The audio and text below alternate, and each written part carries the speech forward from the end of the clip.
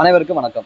ஸ்ரீ பாரதி நாணயங்கள் சேகரிப்பு சங்கம். நாணயங்களை சேகரிப்போம், பணத்தாள்களை பாதுகாப்போம். நம்ம ஒவ்வொரு வீடியோவும் நாணய சேகரிப்பை பற்றியும் அதை சேகரிப்பு வகைகள் பற்றி பார்த்துட்டு வரோம். அந்த வகையில் லாஸ்ட்டாக பார்த்தீங்கன்னா இயர் கலெக்ஷன். இந்த வீடியோவில் என்ன பார்க்க போகிறோம் அப்படிங்கிற பார்க்க முன்னாடி நம்ம சேனலை சப்ஸ்கிரைப் பண்ணாங்க, சப்ஸ்கிரைப் பண்ணிக்கிடுங்க. அப்போ தான் அடுத்தடுத்து போடக்கூடிய வீடியோ வந்து சேரும். வாங்க வீடியோக்குள்ளே போகலாம். இன்றைக்கி பார்க்க போகிற வீடியோ என்ன பார்த்தீங்கன்னா மின்ட் கலெக்ஷன். அதாவது மின்ட் அப்படின்னா என்ன, அது எப்படி சேகரிக்கிறது அப்படிங்கிறத பார்க்க போகிறோம். முதல்ல மின்ட் அப்படின்னு என்ன பார்த்தீங்கன்னா நாணயங்கள் அச்சடிக்கக்கூடிய இடங்கள், நாணய சாலைகள் அப்படின்னு சொல்லுவாங்க. நம்ம இந்தியாவில் பார்த்தீங்கன்னா இப்போ 4 முக்கியமான நாணய சாலைகள் இருக்குது.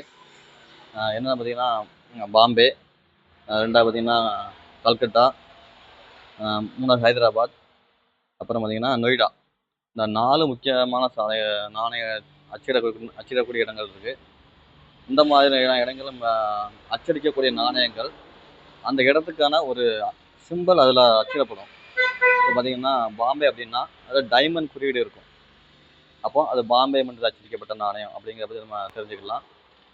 கல்கட்டா அச்சடிக்கப்பட்ட நாணயம் பார்த்தீங்கன்னா எந்த விதமான குறியீடு மேலே இருக்காது. அந்த மாதிரி நாணயங்கள் தான் கல்கட்டா அப்படிங்கிற அச்சடிக்கப்பட்ட நாணயங்கள். அப்புறம் ஹைதராபாத்தில் அச்சடிக்கப்பட்ட நாணயங்கள் பார்த்தீங்கன்னா இதில் ஒரு ஸ்டார் குறியீடு இருக்கும், சரிங்களா. அப்புறம் நொய்டாவில் அச்சடிக்கப்பட்ட நாணயங்கள் ஒரு புள்ளி, டாட் மாதிரி ஒரு புள்ளி வச்சுருப்பாங்க. இந்த மாதிரி அந்தந்த நாணய சாலைகளுக்கு ஏற்ற மாதிரி ஒவ்வொரு இடத்துலையும் ஒவ்வொரு குறியீடு இருக்கும். இதுதான் நம்ம மின்ட்டுன்னு சொல்கிறோம். இந்த மின்ட்டு பார்த்திங்கன்னா இது மட்டும் இல்லை, நிறைய ஃபாரின் மின்ட்டு கூட இருக்குது. ஆனால் அதில் மாதிரி ஜாஸ்தி வராது, சரிங்களா. இந்த மாதிரி நாணயங்கள் அச்சடிக்கக்கூடிய மின்ட் கலெக்ஷன் அப்படின்னு சொல்கிறோம். வாங்க என்ன இதை கொஞ்சம் பார்க்கலாம். பார்த்திங்கன்னா பாம்பே, அதாவது மும்பை மின்ட்டு இந்த மாதிரி டைமண்ட் குறியீடு போட்டிருக்கோம். அப்புறம் பார்த்திங்கன்னா கல்கட்டா நோ மின்ட் மாதிரி, அதாவது எதுவுமே இருக்காது. இதில் ஹைதராபாத் அச்சடிக்கப்பட்ட நாணயங்கள் இதோ இந்த மாதிரி ஸ்டார் சிம்பிள் போட்டிருக்கோம். இப்போ பார்த்தீங்கன்னா நொய்டா மட்டும் பார்த்தீங்கன்னா இந்த மாதிரி புள்ளி வச்சுருக்கோம். இது ஒவ்வொரு நாணயத்துலையுமே இருக்கும் போதுங்க. இப்போ இது 2 ரூபா நாணயம், இது கீழே ஃபாரின் மின்ட்டு. இது பார்த்தீங்கன்னா 2003 அச்சடிக்கப்பட்ட நாணயம். இது கீழே பார்த்தீங்கன்னா ஸ்டார் மின்ட் இருக்குது. அந்த இயருக்கு கீழே ஸ்டார் மின்ட் இருக்குது. இது ஹைதராபாத்தில் அச்சடிக்கப்பட்ட நாணயம், சரிங்களா. இந்த மாதிரி ஒவ்வொரு வருஷத்துக்கும் ஒவ்வொரு இதில் பார்த்தீங்கன்னா 2003 அச்சடிக்கப்பட்ட நொய்டா மின்ட்டு.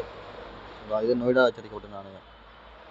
இந்த மாதிரி ஒரே வருஷத்தில் பார்த்தீங்கன்னா கிட்டத்தட்ட ஒரே வருஷத்தில் 4 மின்ட்லையுமே அச்சடிக்கப்பட்ட நாணயங்களும் இருக்கும். இந்த மாதிரி எல்லா விதமான நாணயங்களும் அச்சடிக்கப்பட்ட இடத்தை பொறுத்து நம்ம சேகரிக்கணும். ஒரே வருஷத்தில் 4 மின்ட்ல அச்சடிச்சிருப்பாங்க. அந்த மாதிரி நாணயங்கள் நம்ம சேகரிக்கிறது தான் மின்ட் கலெக்ஷன் அப்படின்னு சொல்கிறோம். இப்போ பார்த்தீங்கன்னா பிரிட்டிஷ் பீரியடில் மெட்ராஸ் மின்ட் கூட இருந்துச்சு. இன்னைக்கு சென்னையில் பார்த்தீங்கன்னா மின்ட் ஸ்ட்ரீட் அப்படின்னு சொல்லுவாங்க. அப்போ மின்ட் ஸ்ட்ரீட் அப்படிங்கிறது அந்த பிரிட்டிஷ் காலத்தில் சென்னையில் ஒரு இடத்துல நாணயங்கள் அச்சடிக்கப்பட்டிருக்கு. அந்த இடத்துக்கு தான் மின்ட் ஸ்ட்ரீட் இன்றைக்கும் சொல்லிகிட்டு இருக்கோம்.